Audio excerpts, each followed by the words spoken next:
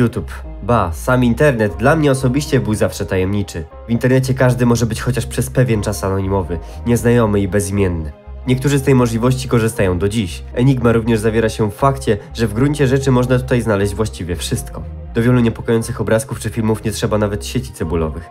Wszystko mamy tutaj, na miejscu. Wystarczy odpowiednio szukać. Niepokój to to, co tworzy bardzo często specyficzne legendy, pasty, historie i jeśli już pod nasze oczy wpadnie coś, co nas niepokoi, z automatu zaczynamy zadawać sobie pytania o szczegóły tego, co właśnie zobaczyliśmy. Czy będzie to jakiś obrzydliwy akt zabójstwa, bardzo dziwny materiał wideo z piwnicy, czy wreszcie dziwna seria filmów?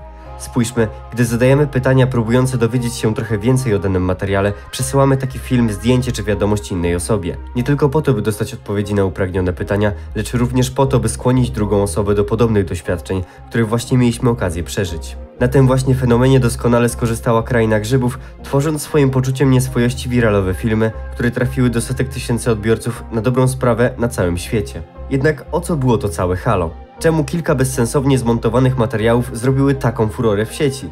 Na te i wiele innych pytań postaram się Wam odpowiedzieć w tym właśnie odcinku. Kraina Grzybów to pokrótce uniwersum stworzone przez Wiktora Striboga, właściwie Wiktora Kołowieckiego. Nie chciałem tutaj cytować Wikipedii, ale to zdanie akurat doskonale opisuje całą sprawę. Więc uniwersum to zaczęło się stworzeniem kanału na serwisie YouTube o tytule Kraina Grzybów TV i przesłaniem tam enigmatycznego materiału o równie enigmatycznej nazwie Poradnik uśmiechu – jak skutecznie jabłko. Krótko potem przesłano również jeden z utworów muzycznych wykorzystany w odcinku. I tak mniej więcej się zaczęło. Od znajomego do znajomego, od ucznia do ucznia, od współpracownika do współpracownika. Pocztą pantoflową, a potem zapewne też algorytmem YouTube, o odcinku dowiedziało się co najmniej sporo osób. I choć dziś odcinek ma prawie 3 miliony wyświetleń, to wtedy było to niespełna 50 tysięcy wejść. I tak sporo na tak losowy film. Jednak co skłoniło ludzi do głębokiej analizy i snucia teorii o tym mistycznym poradniku uśmiechu?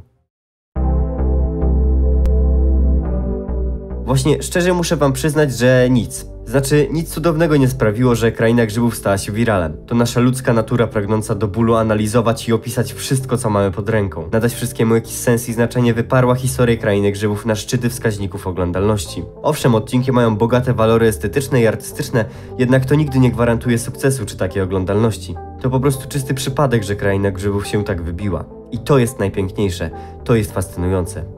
Ludzie zaczęli snuć różnorakie teorie na temat sensu całego kanału. Powstał specjalny wątek na forum paranormalne.pl, na którym udzielało się wiele mądrych, jak i też mniej mądrych osób. To tam zaczęły się zalążki czegoś, co ja bym nazwał podziemiem demaskacyjnym. Brzmi bardzo poważnie, ale w rzeczywistości to był tylko sztab ludzi, który miał dość spore umiejętności dedukcji, analizy i szukania oraz zdecydowanie za dużo wolnego czasu.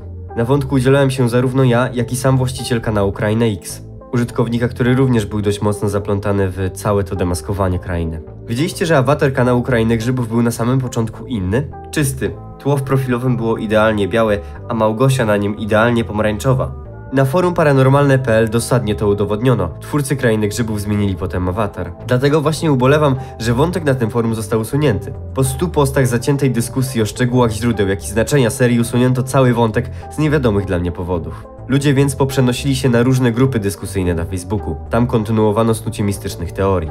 Najpopularniejsza teoria sensu Krainy Grzybów była taka, że ogół odcinków tak naprawdę opowiada nam o wojnie nuklearnej. Inna głosi, że dżinsowy człowiek z grzybowych melodii to tak naprawdę pedofil, który wykorzystuje główną bohaterkę. Teorii było znacznie więcej, jednak wiele z nich zgubiło się gdzieś między zawiłymi konwersacjami o sensie czy sprzecznościach niektórych elementów. Właśnie to było najpiękniejsze. Integracja nieznajomych, czasami kompletnie losowych sobie osób pod pretekstem odkrycia sensu internetowej enigmy.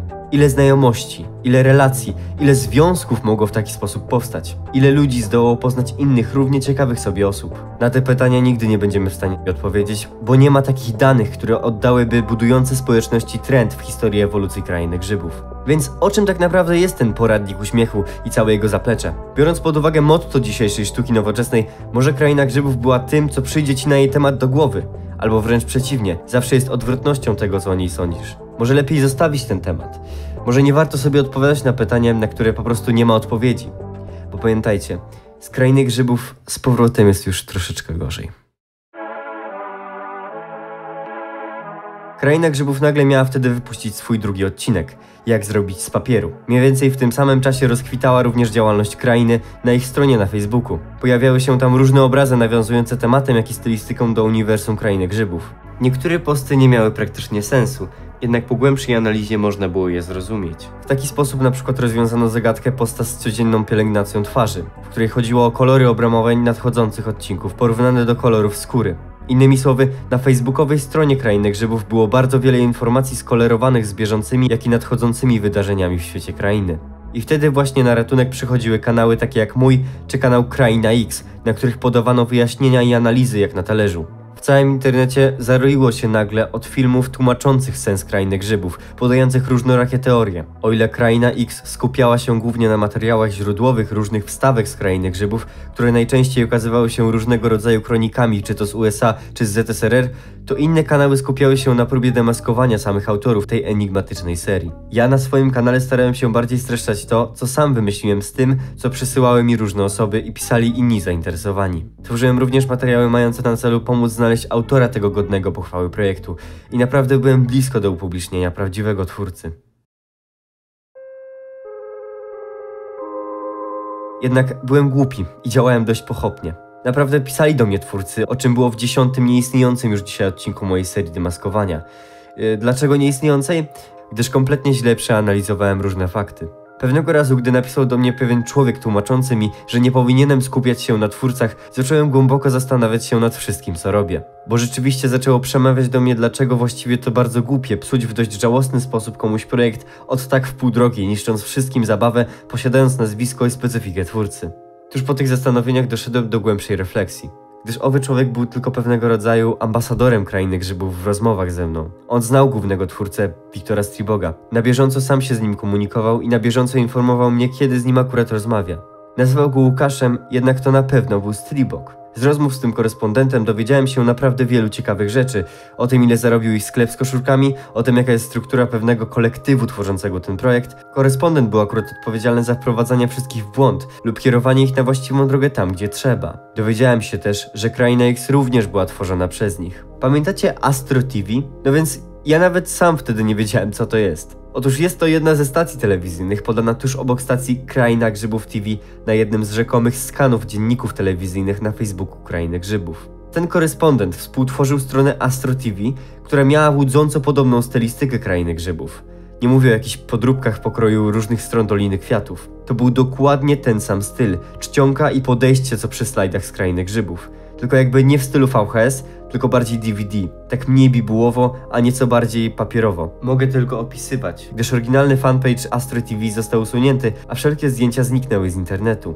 Te grafiki wysłał mi wtedy przedstawiciel Krainy Grzybów. Mówił, że trochę nad tym pracowali, ale koniec końców musieli z tego zrezygnować. To jest właśnie jeden z dowodów na to, że wierzę w to, że pisałem z twórcami. Kolejnym dowodem byłby fakt, że gdy wysłałem mu reklamę, którą Kraina Grzybów współtworzyła wraz z marką ubrań Pan tu nie stał, to rzekomy korespondent sugerował, że w tej reklamie jest twórca Krainy Grzybów, jak i jego znajomi. No i niesłusznie bez głębszego przeszukania internetu uznałem, że korespondent miał na myśli Marcello Zamenhofa.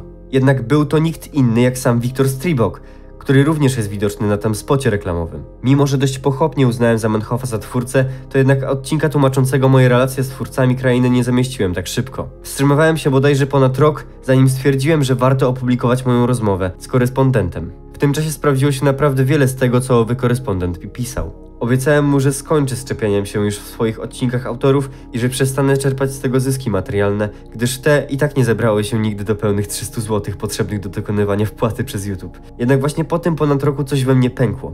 Mimo że nie chciało mi się raczej robić już odcinków o Krainie Grzybów, znudziło mnie to kompletnie, to z jakiegoś powodu uznałem, że świetny będzie niespodziewany powrót z czymś, czego jeszcze nie było. Zrobiłem więc ogromne napięcie, zwiastun i rozpocząłem redakcję okrągłego, pechowego 10. odcinka. Było w nim dość dużo głupot i oczywiście nieszczęsny Marcello Zamenhof zamiast Wiktora Striboga.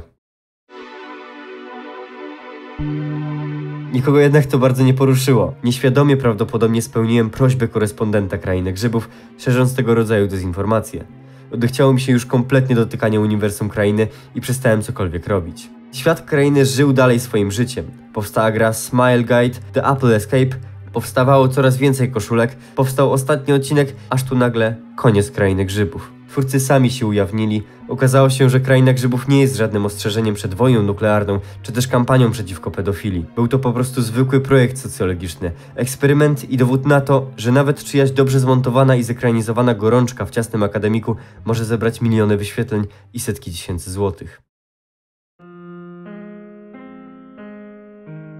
Kraina Grzybów była czymś pięknym. Mówię oczywiście o tym w formie przeszłej, gdyż uważam, że należy ten kanał rozumieć jako pewnego rodzaju fenomen, drogę, a niekoniecznie właśnie zwykłe konto na YouTube. Owszem, artystycznie same odcinki czy niektóre banery można uważać za piękne. Jednak dla mnie najpiękniejsza była rozmowa z wszystkimi, których miałem okazję poznać podczas pracy nad analizą tego projektu. Doświadczenie jakiegoś rodzaju fali popularności, możliwości zgłębiania wiedzy czy ekspresji swoich doświadczeń. To było dla mnie i wydaje mi się, że dla wielu z osób śledzących od początku Krainę Grzybów najbardziej znaczące.